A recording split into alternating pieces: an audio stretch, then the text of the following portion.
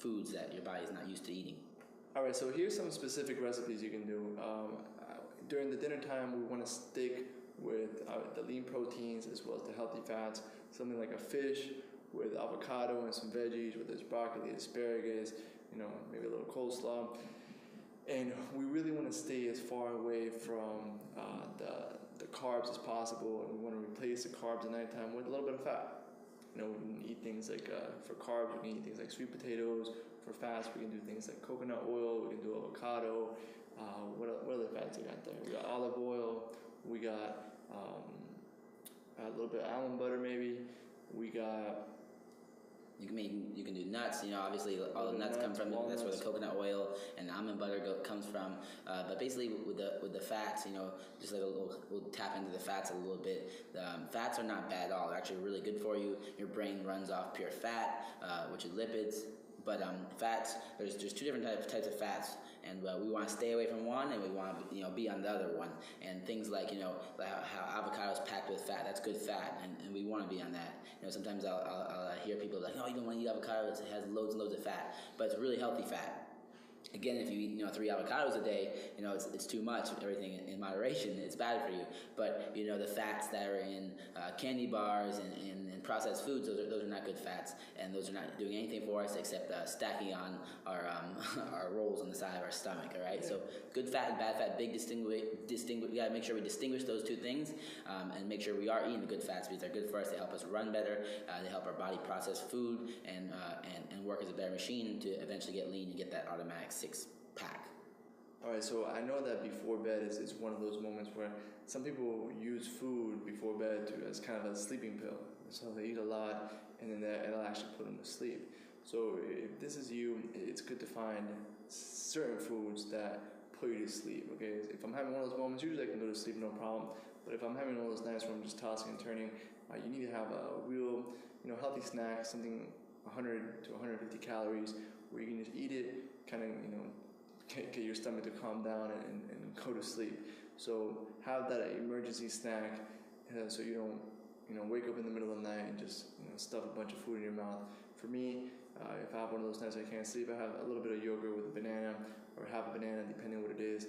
Again, I get satisfied. It's just something to stop my stomach from rumbling, and I go back to sleep, and I wake up feeling great, just fine with that little snack.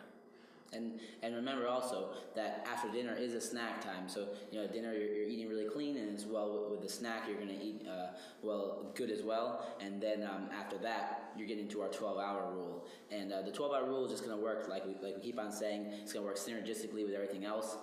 It's going to help you burn fat throughout the night. And then on top of that, when you get up and you do the morning ritual and your breakfast, you're going to be burning even more fat. So the 12-hour rule is just.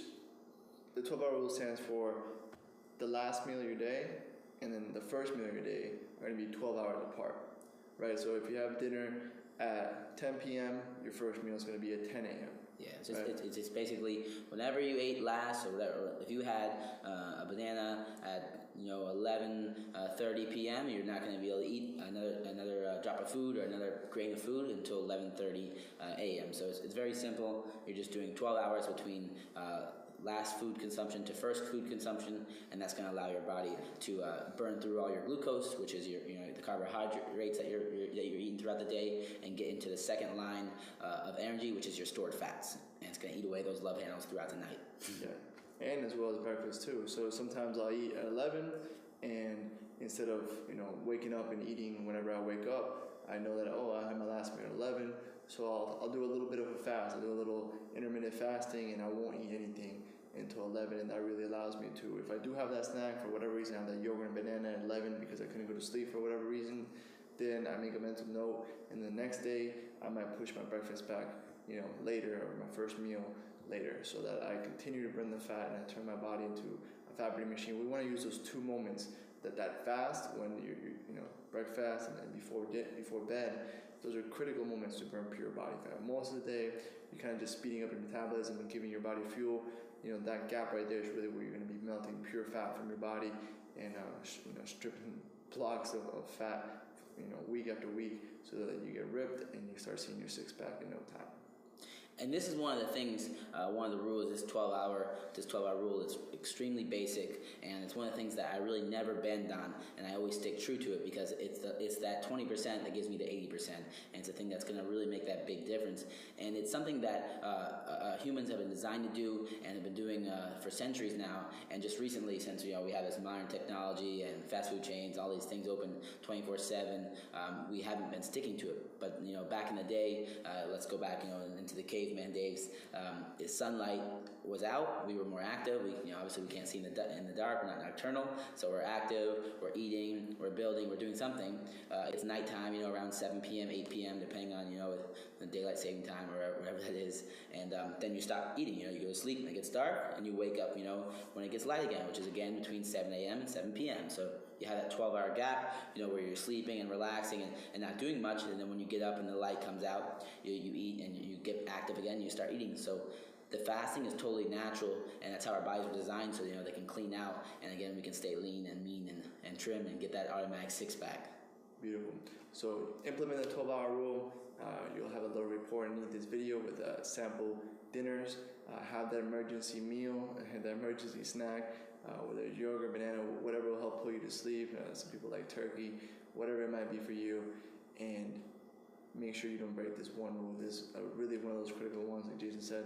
It's a 20% that gives you 80% of the result. So make sure you make this one of your top priorities, following the 12-hour rule, making that gap between dinner and breakfast 12 hours and not breaking that no matter what. All right, that's it for this video. We'll see you on the next one. Hey, real quick, one more thing before you go. I want to make sure you know that there is no correlation between how hard you work and how much fat you melt or how much muscle you build. All right, there's enough science, enough data out there that there's absolutely no correlation between hard work and results. All right, there's a difference between movement and achievement. All right, if you want to learn my best tips, what I call the 5% hacks that allow you to get maximum results, maximum fat loss, maximum lean muscle gain, I want you to go to the link that's on the bottom of this page, or you can click on the link in the description. All right, you're going to get a complete system for melting fat in an intelligent and streamlined system. I'll see you there.